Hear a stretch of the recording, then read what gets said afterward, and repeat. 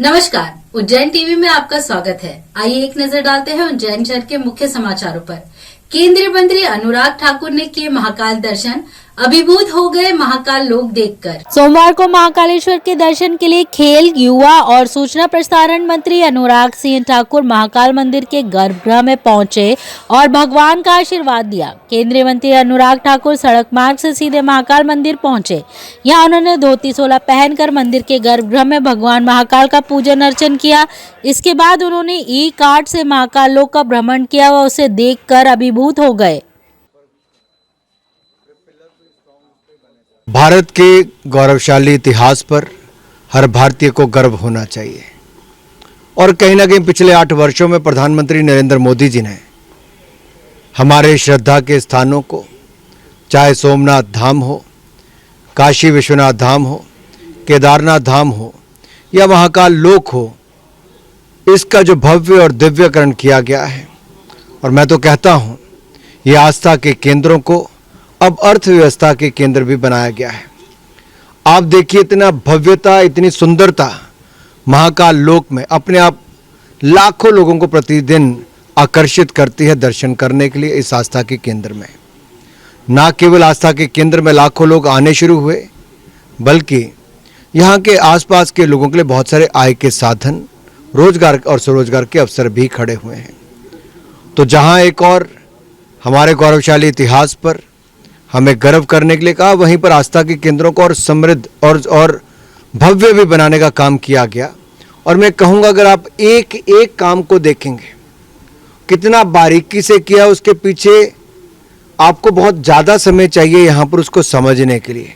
ये केवल म्यूरल नहीं है, इस एक तस्वीर के पीछे भी बहुत कुछ कहते हैं। तो मुझे लगता है वो जानकारियाँ जो हिंदू धर्म को जानते हैं उनको तो है ही, जो नहीं भी जानते उनके लिए बहुत बड़ा अवसर है, जहां भगवान महाकाल के दर्शन, भगवान शिव के दर्शन करने का, उनका आशीर्वाद लेने का।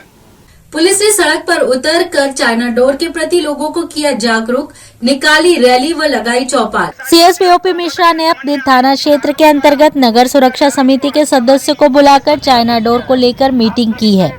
इसके साथ ही महाकाल थाना प्रभारी मुनेन्द्र गौतम, कोतवाली थाना प्रभारी नरेंद्र सिंह परिहार सहित अपनी टीम के साथ शहर के सेंसिटिव एरिया में जाकर जागरूकता फैला रहे हैं। प्रमुख चौराहों पर पुलिस चौपाल लगाकर लोगों को जागरूक किया जा रहा है। CSP OP Mishra China door को लेकर स्वयं सड़क पर पैदल चलकर लोगों को जागरूक करने में लगे हैं। इसके साथ ही यदि कोई भी चाइना डोर के साथ पतंग उड़ाता पाया गया तो उसके परिवार वालों पर भी पुलिस कार्यवाही करने में जरा भी कोताही नहीं बरतेगी। ये है सबकी जान का दुश्मन। खुशियों की होगी बौछार, देसी मांझे से मनाओ त्योहार। खुशियों की होगी बौछार, देसी मांझे से मनाओ त्योहार। चाइना डोर से पतंग उड़ाओगे तो त्योहार जेल में मनाओगे। चाइना डोर से पतंग उड़ाओगे तो त्योहार जेल में मनाओगे। देवास रोड स्थित पुलिस लाइन निवासी उप निरीक्षक व आरक्षक परिवार के बीच हुआ विवाद, मारपीट में दोनों पक्ष हुए घायल। महाकाल थाने में पदस्थ आरक्षक गोपाल व महिदपुर रोड थाने में पदस्थ राजेंद्र पांडे पुलिस लाइन में आसपास ही रहते हैं। दोनों के परिवारों में आए दिन कचरे व पानी को लेकर विवाद होता रहता है। रविवार को भी दोनों परिवारों के बीच विवाद हो गया। इस दौरान एएसआई पांडे के पुत्र अमित ने गोपाल की बहन की नाक पर लाठी मार दी, जिससे उसे गंभीर चोट आई। वहीं अमित पांडे के साथ भी गोपाल के परिवार ने मारपीट की। इसके बाद पुलिस ने दोनों की शिकायत दर्ज की। इस बाबत सीएसपी विनोद कुमार मीणा ने बताया। इस परिवारों के अंदर विवाद हुआ है जिसमें एक महिला को थोड़ी चोटें आई हैं। चोटें कारण वो थाने आई है तो उसका मेडिकल करा के इसमें कायमी की जा रही है। विवाद मुख्यतः पारिवारिक ही है, ऐसा इसमें कुछ। ये तीसरी बार है थाने पे यहाँ पर?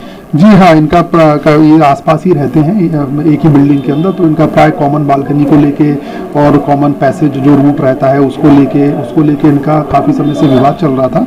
तो उसी के संदर्भ में आज इनमें महिलाओं के बीच थोड़ी हाथापाई हुई, तो उस संदर्भ में भी एफआईआर दर्ज किया। परिवार के चक्कर में क्या दोनों जो पुलिसकर्मी हैं उनमें भी मारपीट हुई है? या देखिए, आपस में जैसे परिवार जो पड़ोसियों की लड़ाइयाँ होती हैं आम सामान्य मुद्दों के ऊपर और जो बड़ी बन जाती है वैसा ही घटनाक्रम रहा। प्रेम प्रसंग के चलते प्रेमी के पुत्र ने अपने दोस्तों के साथ मिलकर प्रेमिका पर किया हमला।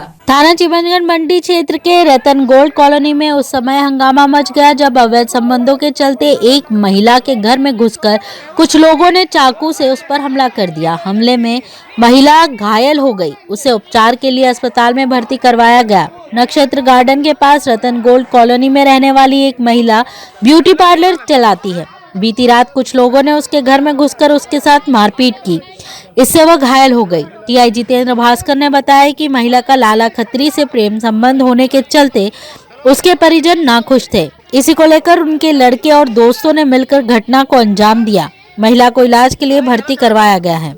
रतन गोल्ड कॉलोनी थाना क्षेत्र चिमनगंज में स्थित है। यहाँ रहने वाली स्वाति नामक महिला का एक ठेकेदार लाला खत्री से प्रेम संबंध है। इससे लाला खत्री के परिजन नाखुश हैं। उनके लड़कों ने और उनके दोस्तों ने आके यहाँ मारपीट की है।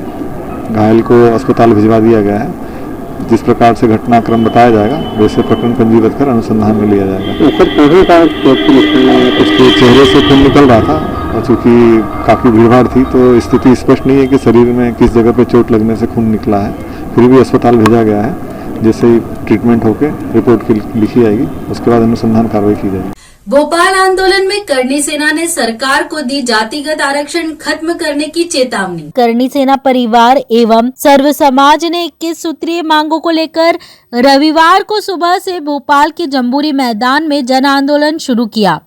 इसमें 3 लाख से अधिक लोग जुटे। करणी सेना प्रमुख जीवन सिंह शेरपुर ने चेतावनी दी कि सरकार जातिगत आरक्षण समाप्त करे, वरना हम चुनावी राजनीति में उतरेंगे। हम व्यवस्था सुधार के लिए आंदोलन कर रहे हैं। स्वर्ण और पिछड़ा वर्ग हमारे साथ है। हम मिलकर तख्ता पलट देंगे।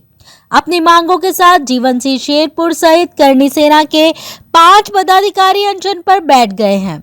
आंदोलन स्थल पर हनुमान चालीसा का पाठ किया जा रहा है। इसके पूर्व करणी सेना ने शाम 4 बजे तक मांगे नहीं माने जाने पर विधानसभा घेराव की चेतावनी दी थी, जिसे दोपहर 3:30 बजे प्रशासन से चर्चा के बाद स्थगित कर दिया गया।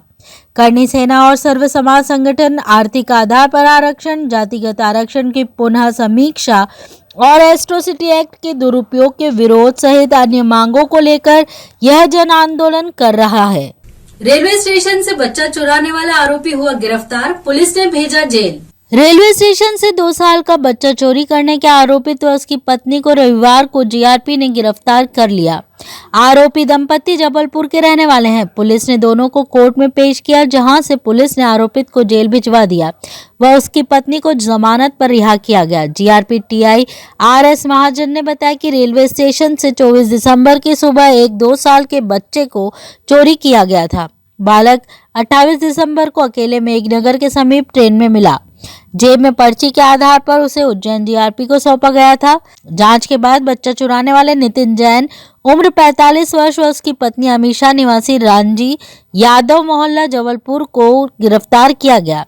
दोनों को कोर्ट में पेश किया गया। न्यायालय ने नितिन को जेल भेजने के आदेश दिए, वहीं अमीषा को जमानत पर रिहा किया गया। आरोपी उज्जैन से अगर वो रतलाम तरफ से आया था और वो सिर्फ जब उसने पूछा कि भाई वो शायद जबलपुर जा रहा था, लेकिन उसकी मुखबिर सूचना और हमारे इंटेलिजेंस जो काम कर रही है उसने उसको सस्पेक्ट पकड़ा है।